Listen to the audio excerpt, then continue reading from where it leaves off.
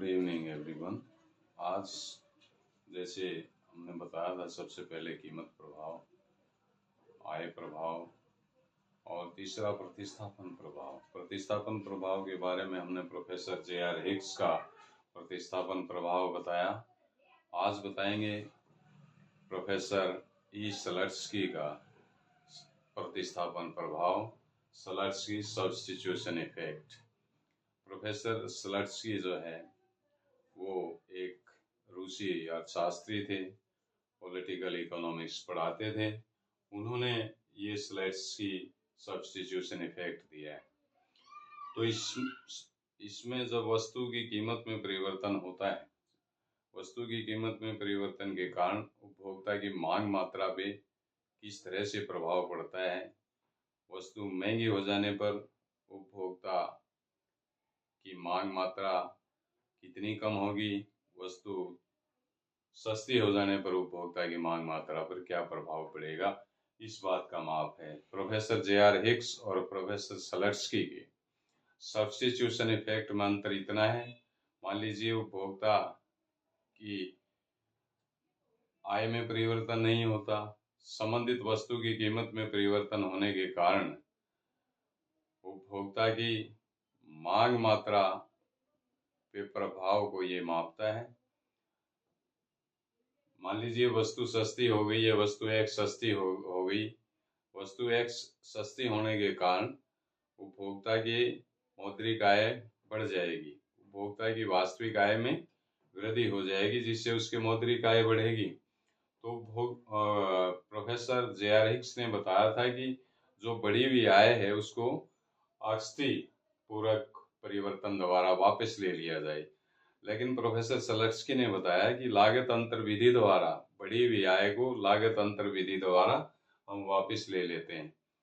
फिर भी उपभोक्ता वो बढ़ी हुई आय को वस्तु के सस्ते होने के कारण उपभोक्ता की आय बढ़ जाती है, उसकी क्रय शक्ति में भी परिवर्तन आता है।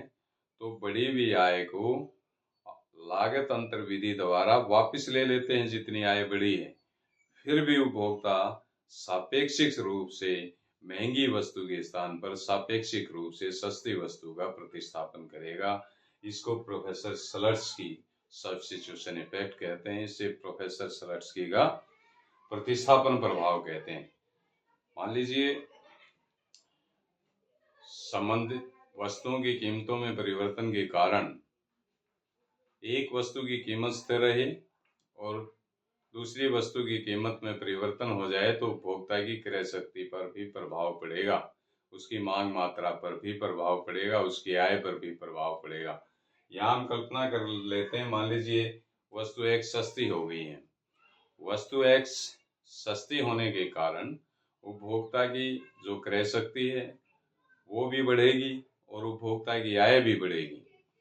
तो क्रय शक्ति में परिवर्तन की मात्रा और आय में परिवर्तन की मात्रा, क्रय शक्ति में परिवर्तन की मात्रा और आय में जो परिवर्तन होगा, जितनी आय बढ़ेगी कीमत घटने के कारण उस आय को वापस ले लिया जाए लागत अंतर विधि द्वारा।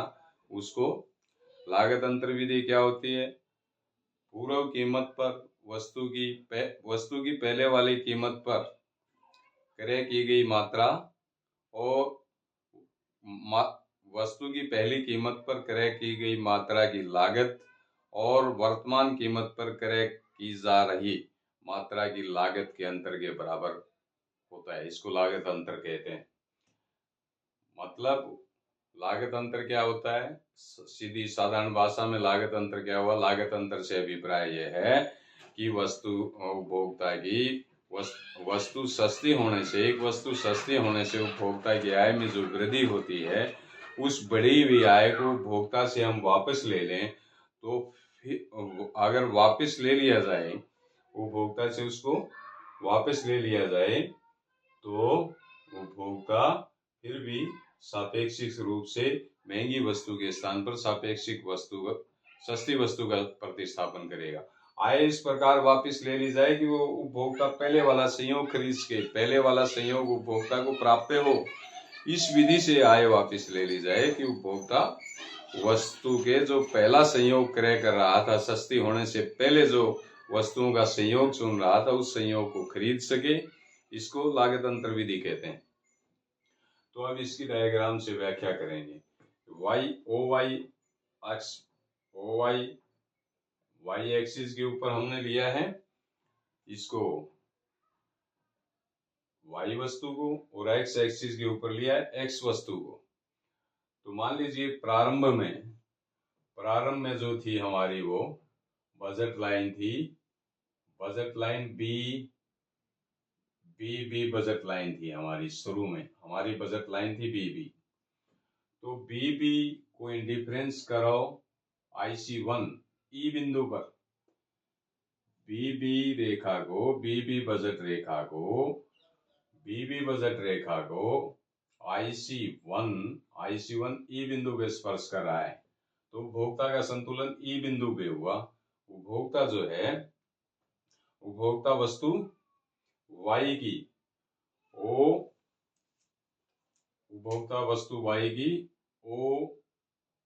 n मात्रा खरीदेगा। उपभोक्ता O n मात्रा वस्तु वाई की खरीदेगा और OM मात्रा वस्तु X की खरीदेगा। तो ये हुआ शुरू में कॉम्बिनेशन, जो भी है उपभोक्ता का शुरू वाला कॉम्बिनेशन।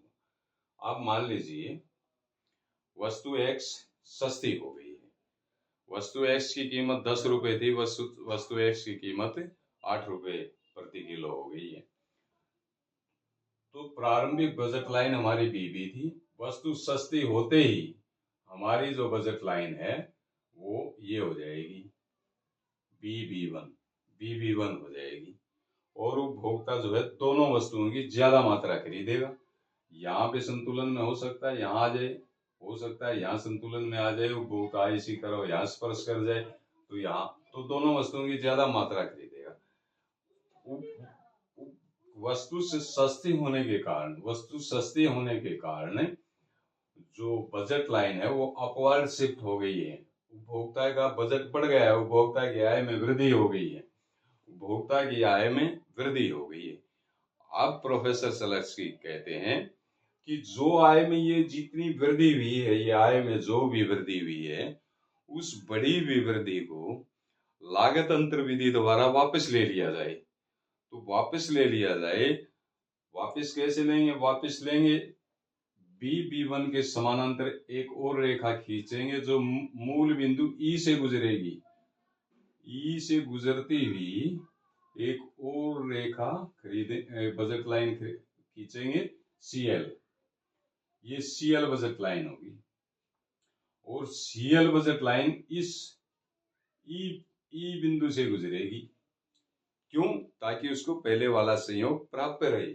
हमने इतनी आय वापस ले ली है उपभोक्ता से, इतनी आय वाई वस्तु के रूप में वापस ले ली है, इतनी आय एक्स वस्तु के रूप में हमने वापस ले ली है। तो और इस तरीके से वापस ली है कि उपभोक्ता को पहले वाला संयोग प्राप्त रहे, पहले वाला संयोग उसको मिलता रहे, मिल जाए। अगर वो खरीदना चाहे तो खरीद ले। फिर भी क्या कहता है, उपभोक्ता का IC2 तरफ E1 बिंदु पे स्पर्श कर रहा है। E1 बिंदु पे स्पर्श करेगा तो उपभोक्ता का संतुलन E1 पे चला जाएगा। उपभोक्ता का संतुलन E1 पे होगा तो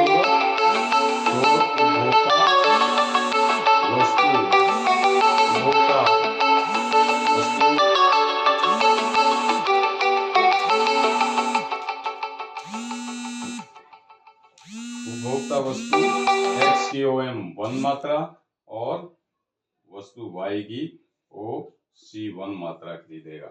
OC1 मात्रा खरीदेगा और OM मात्रा। वस्तु सस्ती होने से तो ये N और NG जितनी मात्रा का प्रतिस्थापन करेगा MM1 से, तो MM1 से इसका प्रतिस्थापित करेगा NC1 को, इसको। तो उपभोक्ता वस्तु सस्ती होने के कारण अगर उपभोक्ता से बढ़ी हुई आय को वापस भी ले लिया जाए तो फिर भी उपभोक्ता सापेक्षिक रूप से महंगी वस्तु के स्थान पर सस्ती वस्तु का प्रतिस्थापन करेगा। इसको इतना कम करेगा, इसको इतना बढ़ा लेगा। सापेक्षिक रूप से, क्योंकि एक्स वस्तु सस्ती होने के कारण वाई वस्तु सापेक्षिक रूप से महंगी हो गई है एक्स की तुलना में, क्योंकि एक्स वस्तु सस्ती हो गई है सापेक्षिक रूप से। तो एक बार मैं इसको फिर बता देता हूँ। ये स्लश की सब्स्टिट्यूशन इफेक्ट है। ओ वाई एक्स के ऊपर हमने वाई वस्तु को लिया है और ओ एक्स के ऊपर एक्स वस्तु को हमने लिया है। ये दो वस्तुएं। मान लीजिए उपभोक्ता जो है वो शुरू में बी बजट लाइन के आईसी 1 करोड़ के ई बिंदु पर संतुलन में है और उपभोक्ता वस्तु एक्स की OM मात्रा खरीद रहा है और वाई की ON मात्रा खरीद रहा है। अब मान लीजिए वस्तु एक्स सस्ती हो गई है। वस्तु एक्स सस्ती होने के कारण क्या होगा, उपभोक्ता की मौद्रिक आय बढ़ जाएगी। तो जैसे ही उपभोक्ता की आय बढ़ेगी तो बजट लाइन अपवार्ड शिफ्ट होकर के B1 हो जाएगी। इतनी बढ़ गई है आय सस्ती होने के कारण, तो उपभोक्ता का संतुलन ऊपर जाएगा। लेकिन प्रोफेसर सलर्स्की कहते हैं कि इस बढ़ी हुई आय को लागत अंतर विधि द्वारा वापस ले लिया जाए उपभोक्ता से, तो भी उपभोक्ता सापेक्षिक रूप से महंगी वस्तु के स्थान पर सापेक्षिक रूप से सस्ती वस्तु का प्रतिस्थापन करेगा। अब मान लीजिए लागत अंतर विधि द्वारा उपभोक्ता की आय वापस ले ली जाए, तो वापस इस तरीके से लेंगे कि उपभोक्ता को पहले वाला संयोग प्राप्त हो, अर्थात नई बजट लाइन ई बिंदु से गुजरती हुई हो। ई बिंदु से गुजरगी, इसको खरीदना चाहे तो इसको भी खरीद सकता है, क्योंकि आईसी कर्व यहाँ स्पर्श करता है, तो इसको अगर खरीदना चाहे तो उपभोक्ता खरीद सकता है। लेकिन उपभोक्ता उस संयोग को नहीं खरीदेगा, क्योंकि वस्तु सस्ती हो गई है सापेक्षिक रूप से, और जो वस्तु सस्ती होगी उसकी अधिक मात्रा उपभोक्ता खरीदेगा। तो उपभोक्ता का संतुलन IC2 करोगे E1 बिंदु पर, IC2 करोगे E1 बिंदु पर संतुलन में होगा, और उपभोक्ता जो है वस्तु X की OM 1 मात्रा और वस्तु Y की OC1 मात्रा खरीदेगा। NC1 का MM1 से प्रतिस्थापन करेगा। E से बिंदु E1 पर जाना सलर्स्की सब्स्टिट्यूशन इफेक्ट है। इसमें क्या होगा, X में उसी संतुष्टि स्तर में रहता है, लेकिन प्रोफेसर सलर्स्की में ऊंचे अंधिमान वक्र पर, ऊंचे इंडिफरेंस कर्व पर उपभोक्ता चला गया है। IC1 कर्व नीचा है, थोड़ा संतुष्टि देता है। IC2 कर्व ज्यादा संतुष्टि देने वाला है, इसलिए ऊंचे तटस्थ वक्र के ऊपर चला गया उपभोक्ता, जहां उसको उपभोक्ता की संतुष्टि ज्यादा होगी। तो ये था प्रोफेसर सलर्स्की सब्स्टिट्यूशन इफेक्ट, जो हमने इसको विस्तार से बताया है। बाकी कल बताएंगे। Thank you.